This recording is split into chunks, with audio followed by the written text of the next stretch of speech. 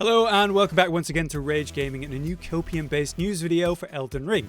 The DLC, or as expansion as they're calling it, has had an undeniable, incredible marketing run, a unique take on how to build hype for a game, and interest in your release. First you drop one singular, very high quality picture on twitter.com, and then complete silence. This has been their strategy since February 28th, 2023. We are now approaching a full year of that complete silence, which is incredible. It's just funny at this point. So of course, myself and other creators, the pile of gaming news outlets and so on, we take every crumb of information and discuss what it could possibly mean. Today we have a pretty big update from one of the surrounding sources of the main details of the expansion, that being Kadokawa, the parent company of FromSoftware, who have put out their new report for the second quarter of 2023. Within that, they directly talk about Elden Ring and their plans for it, and further fan the flames of my expectation that Shadow of Erdtree will release before the end of March 2024. But also some major changes planned for the very way that FromSoftware is going to release their games. Let's just get into it and discuss it. Now, at the time as I make this video, Kadokawa released their report today. Within that report, it is stated that Elden Ring Shadow of Erdtree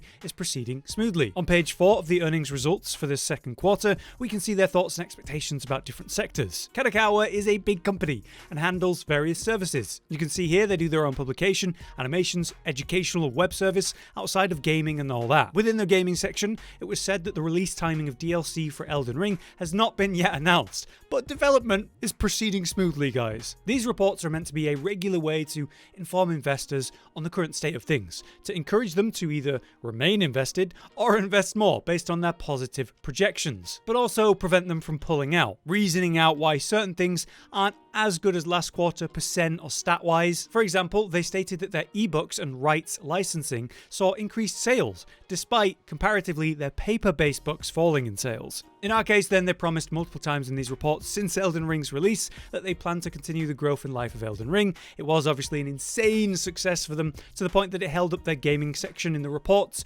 consistently since launch. Basically, it's very much in the investors' interest to know how Elden Ring is going, even if we're talking about someone or a group that actually has no interest in Elden Ring or gaming as a whole. Even these people have got to be wondering why it hasn't been released or even announced yet, so they need to be reassured. In the Q&A section, Elden Ring's DLC is specifically called out and the status for release is questioned, in which they say again they're working hard on the development but still haven't announced the release date yet. Each segment in this report gets its own business overview, meaning much more detail about the numbers, what was the total earnings before any expenses, what were those exact expenses for, and that brings us to the one we care about then, the gaming segment. Here we can see their first half net sales, which is down by 20.2%. This is reasoned as a decline in sales relative to the previous year, in which of course Elden Ring's massive success contributed to the sales. As they suggest here, they've actually had a relatively strong start to quarter 2 with the release of that new title, Armored Core 6, Fires of Rubicon. AC6 achieved a major success by their own expectations, with over 700,000 units sold in Japan specifically, and that repeat sales of older titles, including Elden Ring, remained strong. You can imagine that people picked up Elden Ring, lots of new interest in that game, and then in the long time since Elden Ring's release, they've been checking out older Souls games or otherwise, and so that part did do very well. So while it appears they're down 20% this year, it's relative to the last year in which they were so incredibly up beyond anyone's wildest dreams that compared to, say, the year before Elden Ring, they're actually having a very good year. Then we have their outlook for the second half. Global sales of Armored Core 6 are still actually expected to grow. You know, while the initial launch of the game is where they'd expect to see most of the sales, it doesn't mean more sales won't happen over long term, especially if they decide to release new content for AC6 in the future, which, you know, could happen. But finally, we have our important part. Measures for maximizing LTV of Elden Ring will be taken. LTV meaning long-term value. Measures to maximize long-term value for Elden Ring, that's coming in the second half of the fiscal year of 2023. The second half of the fiscal year ends March 31st, 2024. Now, I could take that of two ways, potentially. The first, and hopefully the one that it is that their measure in this case is to release Shadow of the Erdtree. That would mean that we get the DLC by a deadline of March 31st, 2024. Or it could mean they're going to prepare for even more support of the game, you know, long term, beyond Shadow of the Erdtree. Maybe we'll get more free content updates like the Colosseum thing, future balancing, or even maybe more DLC long term. Personally, I'm pretty convinced it is referring to the release of Shadow of Erdtree, and they can't state that directly because it's FromSoft and their marketing team that needs to do a proper announcement already. Why do I feel that way? Well, a bunch of reasons, but a main one is the question of when and where will they finally announce the release date and provide us with an actual trailer. Well, I think it's coming soon, at the Game Awards on December 7th, which is, yeah, just 1 month away. The man behind the Game Awards, Jeff Keighley, has essentially taken over the main spot for game announcements after E3 crumbled. These days, your big companies like Microsoft, Sony, or Nintendo, they seem to hold their own events and make their own major announcements when they're good and ready. The Game Awards then provides a sort of middle ground. They can get involved and make announcements then if it lines up well, or just stick to doing it at their own events. But smaller companies below that massive pay grade of those top 3, you've got people like FromSoftware who use events like the Game Awards to do their announcements. Lots of eyes are on the event already, so it just works out well. Now, Jeff was recently in Japan doing his rounds meeting with different big game development teams and posting it all on his social media. We saw him meeting with various big names, and yeah, of course, we also saw him at FromSoftware's offices. This is the type of environment you could imagine them agreeing to make announcements and having those kind of conversations and plans. I don't know about you, but I've never been in the room when those things happen, so it could be that Jeff, or maybe even FromSoftware, is paying one another to have their announcement at that event. Maybe it's based on goodwill, who knows? The Game Awards takes place December 7th, roughly 4 months before the March 31st deadline, which is what I would imagine is a good period between release date announcement, trailer, and then the actual launch. So very hopeful and exciting. But then we have another major topic to cover here. FromSoftware's massive recruitment for multiple new projects. Last year, Miyazaki himself had an interview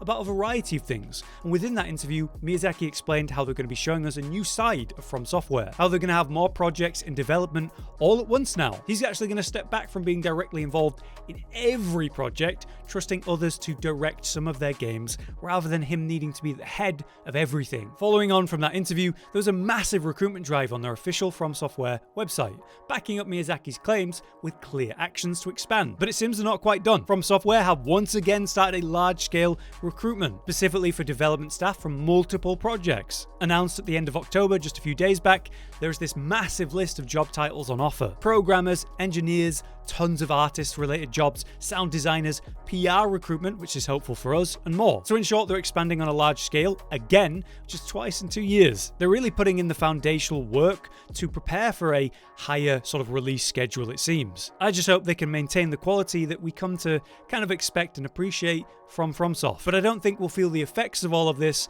until a couple of years pass. Further to that, as I mentioned in the introduction, changes to the way they're going to publish their games seem to be coming after all. Under their mid-term management policy, their upcoming strategies are here. Within the gaming segment, we see that they're going to expand the game development lines, that they're going to aggressively invest in the development of mobile games using their IPs, which is far from exciting for me. Imagine all that insane recruitment being done and it all goes to mobile game dev. Look, mobile game dev is a big industry, it generates a lot of money, but I do think a lot of the games in that industry are predatory in the monetization. But maybe it's not going to be just that, especially after what Miyazaki suggested in that interview. I do think we're going to get more proper FromSoft full games on a faster release schedule. Anyway, they also state that they're going to expand the scope of FromSoftware's own publishing. It's not exactly new information, but it seems more clear confirmation FromSoftware are looking to do their own publishing, which they currently do in Japan but not globally. We see them work with Bandai Namco for the Western publishing currently, but it seems like that relationship is going to change, or maybe even stop. This could mean some serious changes to the way we see FromSoftware release their work, and especially their communication about it. It's tough because, you know, the communication's not exactly great right now, but I don't know that I can blame Bandai for that. But it has been said that Bandai pushed for the sequels of Dark Souls 2 and 3 after the success of Dark Souls 1 in the West. And, you know, the result was Dark Souls 2 having a big development mess that seemed to result in Miyazaki being at the head of every major project for a next long period until now. We're seeing him sort of step away from that again, so we could see potentially another more prepared and planned version of that now. In the slide that goes deeper into their gaming business plans, we see how they're planning to expand the game development pipeline. They want to increase the dev staff within the group by 20% or more and increase their mobile games to add more titles, going from 1 title a year to up to 8 a year, which is a lot. What's very interesting is how they want to strengthen their media mix through inter-business collaboration, console and mobile games, tying more with video animation teams and so on. That sounds like they've seen what the success of Arcane and Edgerunners has done for Riot and CD Projekt Red. Edgerunners in particular, the anime, well, that resulted in massive interest in Cyberpunk the game again, and that was after the major updates and improvements to the base game, which fell flat. So it seems like more companies are going to use their different forms of media and IPs to produce more types of marketing. Will we see like a Dark Souls official anime or film? And will that result in more sales for the game? Well, who knows? We don't know the specifics, but it does seem to be a popular strategy that we will see more of in the coming years. But there you have it. That's my overview of the current FromSoftware and Elden Ring news. So, in summary, I think we'll finally get the release date announced at the Game Awards on December 7th. I think the DLC will launch on or before March 31st, 2024. And the way that FromSoftware is publishing its games and marketing things, I think that's going to change too, alongside the actual size of the development team. It seems we're going to see a lot more mobile games from them, but hopefully more full-on, proper FromSoft games as well. I hope this was interesting to you, but for now, I've been Hollow, you've been you. Thanks for watching, see you next time. Josh, Cotton, and Hollow with the videos, dropping the humor like a hammer on your tippy toes, bringing entertainment on a daily arrangement to take our insanity and turn it into entertainment. Yes, I said entertainment twice, to reiterate that it is nice to look into your faces on a mostly daily basis when you let us in your homes to make the whole world a stage. Goodbye.